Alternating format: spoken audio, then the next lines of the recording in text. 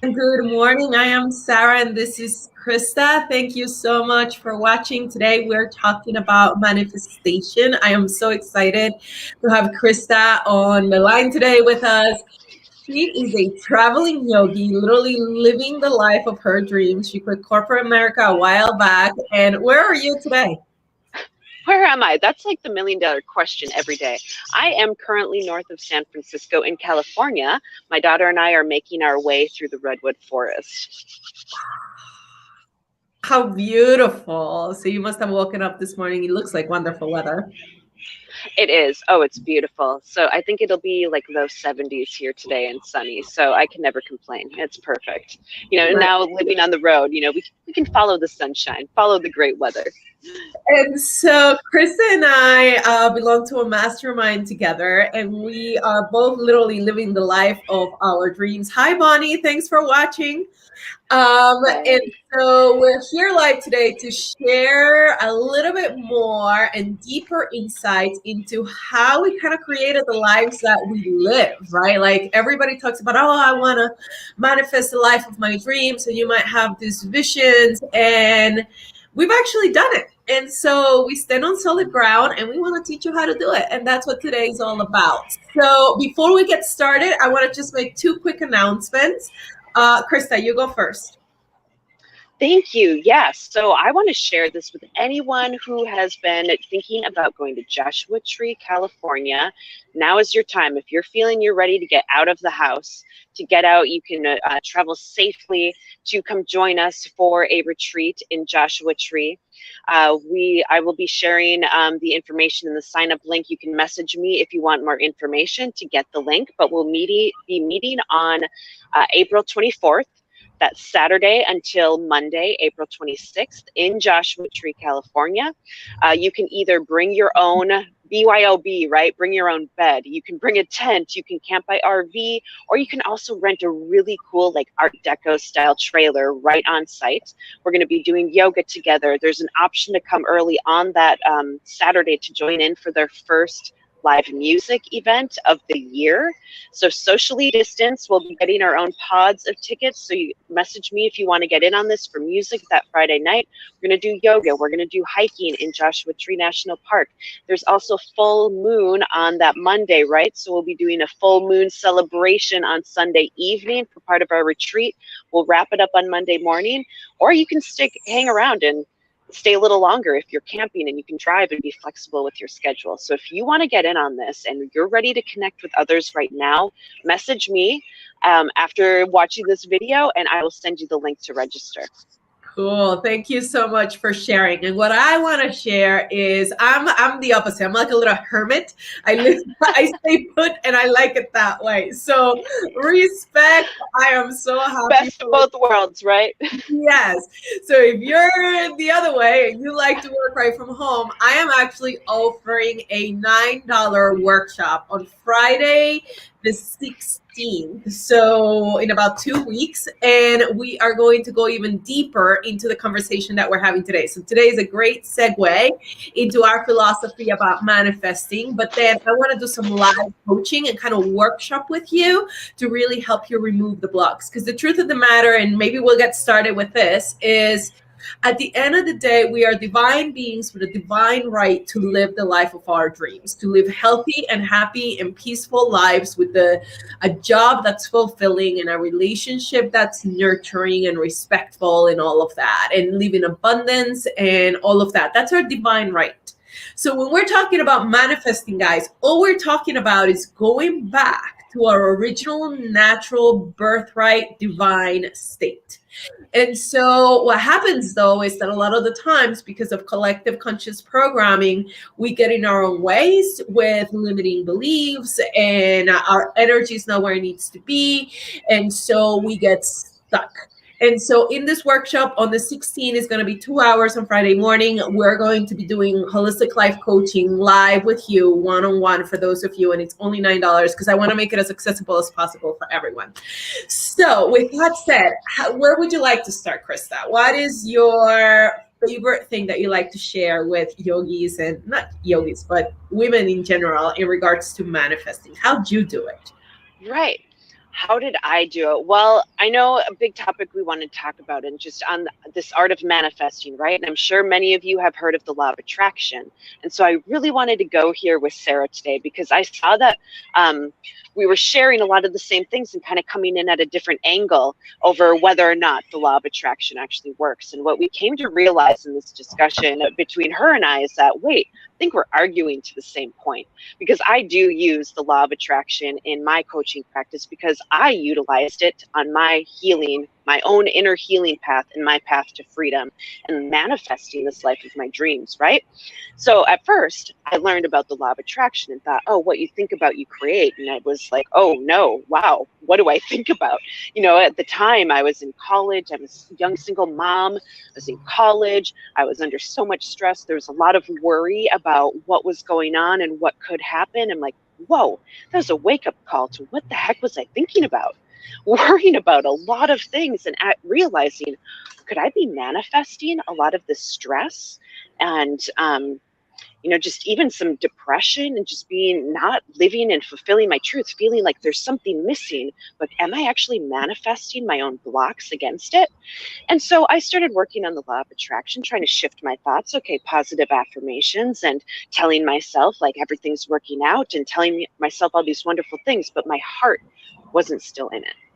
My heart was still feeling this heavy, you know, pain from past trauma and events and things, and, you know, so much guilt, so much grief. And that was still weighing me down. So my head was telling myself, you know, all these positive words, but my heart wasn't believing it. It was still stuck in this bit of unworthiness and this doubt. You know, my head was saying it, but my heart was like, oh, no, not really. You're not worthy of that. And so I just kept manifesting more stress, more pain. Yeah. And I think that's the conversation that prompted this live, right? Because I posted I posted a free video, and you guys can catch it below, that was called, you know, we always have to come up with catchy titles. So it said, why the law of attraction is not working, right? And it's because of what you're saying. We can look in the mirror and tell ourselves whatever we want, but that doesn't mean that we actually are embodying that vibration from our heart. Exactly. And man, back in my past, I was absolutely living that truth. And it wasn't until I dug deeper, you know, into my own yoga practice, working with my own teachers and Reiki masters and healers, and really learning really the laws of physics and reality. Like, everything is energy. Our thought is energy, and our thought is really projecting. It's not even just the literal words that we're thinking in our heads. Our thoughts are actually projecting the energy behind it. And that realization opened my mind to an entire new world. And so by working on harnessing that, which we could touch back, you know, the last live video we talked on the 3 things that you needed, you know, to really break free from the past and manifest. That's what helped me harness that. And finding a teacher, I know, is one. Finding our community of like-minded people to support you in your practice. And number 3, being dedicated to that practice, right? Finding a practice that works. So I really started working through those steps to help me learn, how can I actually harness the law of attraction and make it work for me without my feeling and my energy blocking my manifestation. So it took that time to go into that healing inner work to really get my energy cleared and set, like you were saying at the beginning of the session. You know, it's all about the inner work to change your external world. And man, once I harnessed that and started using that law of attraction with that feeling, projecting love, projecting worthiness, abundance, that's when it started flowing in. And now I look back and like, wow, look at this life that I've created, and be able to just completely break free. And we are constantly manifesting. It's so much fun. You guys, once you can step into that energy and raise it up to that higher vibration, possibilities are endless. But it all starts with that inner work first. And you say you came to this realization. And I think that is the part that oftentimes people miss. I call it an awakening. That's what my program is called, the Awakening and Empowerment Program. Yes. And, you know, usually at the end of the program, that's what people come to me at. Like, oh my God, I can see, I've realized, I've awakened, I can see things differently now. And maybe their external reality hasn't really changed so quickly in such a short amount of time, but their internal reality and perception has done a complete 180. So that realization of the truth of who you are is something that happens by divine grace. It's something that literally God kind of taps you in the head and says, wake up. And then I think a lot of us sometimes might have had that experience. And this is why you're listening to this video. And this is why you belong to. Krista also has a community. It's called Freedom Finders in her Facebook group. So if you want to join that, follow her, and you can follow her in her Facebook group.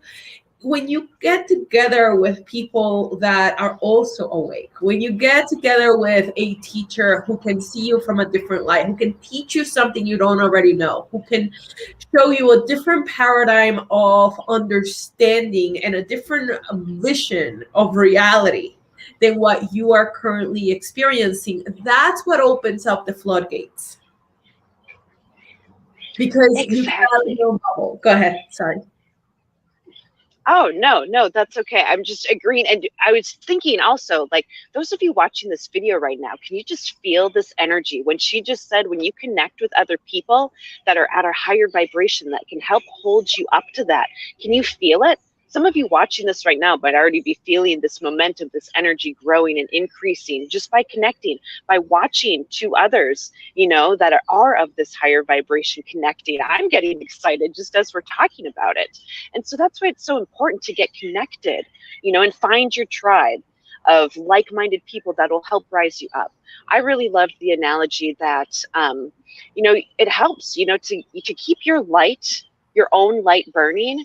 You need it to keep being refueled by others, and what better way to brighten your light, but then to find other people that perhaps are shining even brighter at this point. If someone, especially finding a teacher that it's a few steps ahead of you down the journey that can shine light on your own path. Because another thing I learned on my path to freedom, and I know both Sarah and I share this, kind of this really strong independence, right? Doing it on our own. I found, just the reality that you can't do it alone.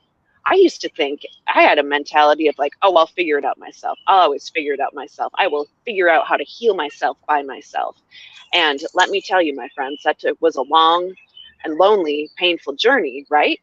But as soon as I opened myself up and connected and found my teachers that I could really connect with to help, brighten my light, I could see it like, they're this huge flame and I'm just coming to hold my candle to it. And you just keep coming back to relight your candle. And connecting with that like-minded group too, oh my goodness, it makes all the difference to know that you're not on this journey alone. We are all light beings. We all are here for this purpose, to not only help ourselves heal and rise higher, but to help others do so too. So thank you for that plug into the Freedom Finders group. Also, I think both of our Facebook groups have this similar mission of let's come together and help each other rise and inspire. And mine in particular, does have a focus on helping people share their stories and really come to own your past, because in my personal experience, I found a lot, again, that mindset, right? Where a lot of that, the work in helping you master the law of attraction by not believing your thoughts and making them positive, it comes from finding that feeling, right?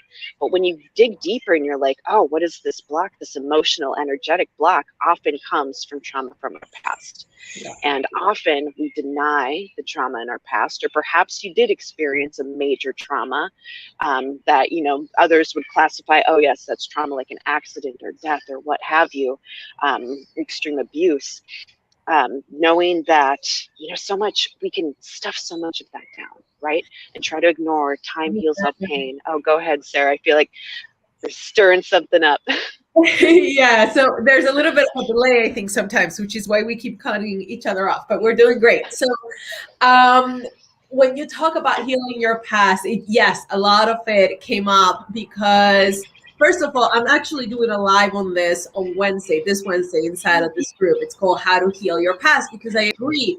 It's not just a matter of believing, working forward. I'm a big forward and only forward kind of girl. But I can do that because I've done my inner work in the past. And I think that a lot of the times we live in a society that can do that. Like, so if you've been through different practitioners and psychologists and psychiatrists and therapists, right, and you've rehashed your past, you kind of need a little bit of both. You need to own your past, you need to know where you've been, and then you need to be able to leave it behind. Otherwise, you're still stuck over there. You need to be able to create a new reality. But you brought up the word trauma and how a lot of the times we don't admit and we don't want to use that word trauma. Like, no, I wasn't traumatized. I had a beautiful, perfect childhood. The thing is, what is trauma to a child and what is trauma to an adult are two completely different things. So it's like unconscious trauma, right? So it doesn't even have to be something that is like so big that you can point at it. A lot of the times it's kind of like this subtle feeling that you're not even aware of because it's like you're normal. You don't even know that there's trauma because this is just all you know. And so a lot of the times when you find a teacher and a community to help you on your path, that's the main thing that we provide. We provide a different paradigm of understanding. We help you to realize that know that what you're feeling and that stuckness and that sadness and that anxiety and that frustration is not normal. This is normal. This constant ability to live your life fearlessly, to just wake up every day with a smile, to be happy and healthy and have mental clarity and your energy levels are high and you have a vision for something that you want in your life, and all of a sudden the universe just begins to reflect it back at you and everything synchronistically begins to fall into place. That's what's normal. Exactly, it is, because I feel like the number one mindset is that to live is to suffer. The human collective has become so conditioned that life must be hard. I must do these things, or work so hard, or especially, I know, working like 9 to 5, I must, it's normal to hate my job and to, be working to pay the bills and just be, that life must be so tough and difficult, and that we have to put things off. I mean, how many people think, oh, I'll work and suffer and work so hard now so that when I retire, I can live and enjoy my life. But have you considered how many people don't make it there? Yeah. How heart attacks are one of the leading causes of death, or heart disease in general, of, so much stress being the number one cause of that. So if we're not learning to embrace and find freedom in our life right now, you might never do it. It's not, we can't delay our happiness. That's another one of them too, is that, oh, I'll be happy when, or once I do this, or then I do this, then I can be happy and really enjoy life. We've got to stop putting it off until when and decide to put you first to find happiness right now. That's what it's all about.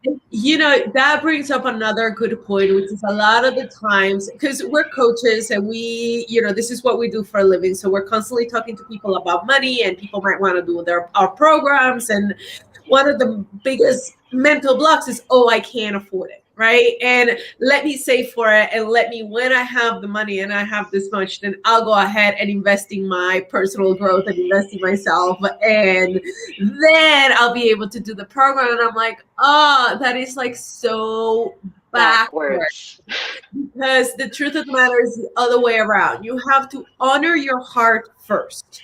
Know what you want so badly and go full speed ahead without fear, so that the universe has no choice but to reflect it back at you.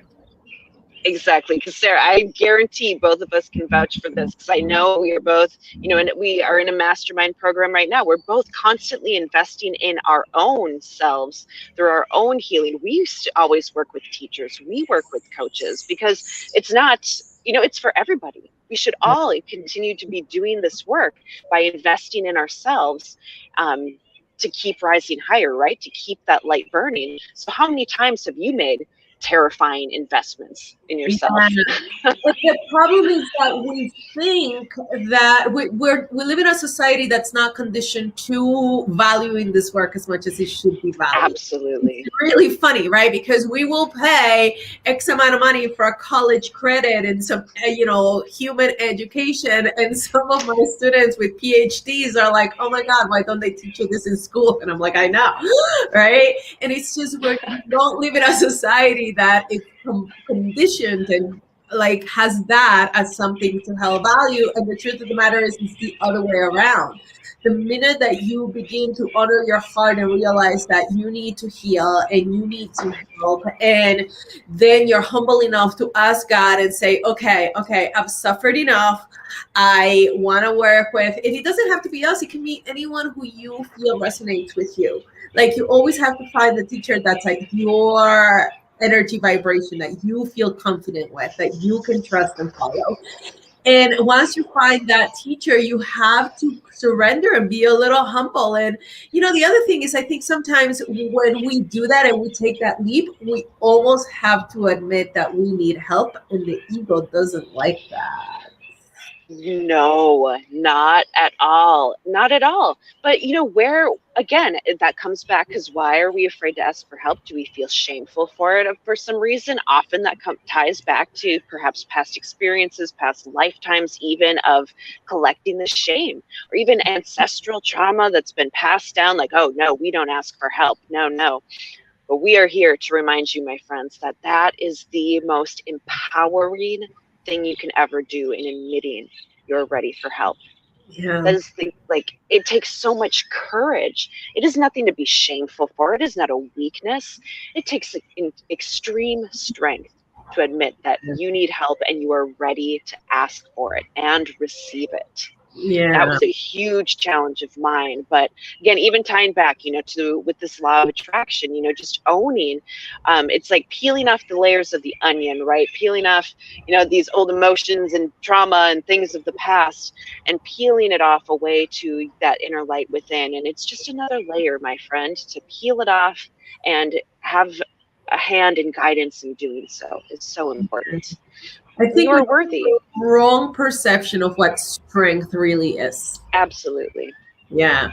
And we can talk about that very clearly, Krista and I, because we are strong as they come, girls. Like, really, it's not easy to find a teacher when you're this strong, because you need a stronger teacher than you.